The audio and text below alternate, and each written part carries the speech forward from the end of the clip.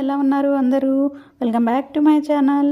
ఈరోజు నేను చేసిన రెసిపీ వచ్చేసి కాలీఫ్లవర్ టమాటా కర్రీ అండి. అయితే ఈ కాలీఫ్లవర్ టమాటా కర్రీలో మనం ఏమీ మసాలాలు, గ్రేవీ ఐటమ్స్ మిక్సీ చేయటం ఈ ఎక్స్ట్రా పనులు ఏమీ లేవండి.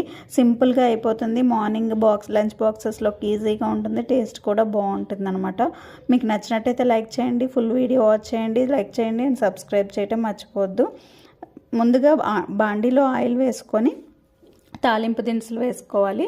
వేసుకున్న తర్వాత అవి కొద్దిగా చిట్టపట్టమన్న తర్వాత చాప్డ్ ఆనియన్స్, పచ్చిమిర్చి, కరివేపాకు వేసుకొని కరివేపాకు ఇవన్నీ ఫ్రై అయిన తర్వాత మనం కొద్దిగా అల్లం పేస్ట్ వేసుకోవాలండి. అల్లం పేస్ట్ కూడా ఫ్రై అయిన తర్వాత కాలీఫ్లవర్లు ఇలా కొద్దిగా పెద్ద సైజులో కట్ చేసుకున్నాను నేను. మాకు ఇట్లా తింటాం ఇష్టము.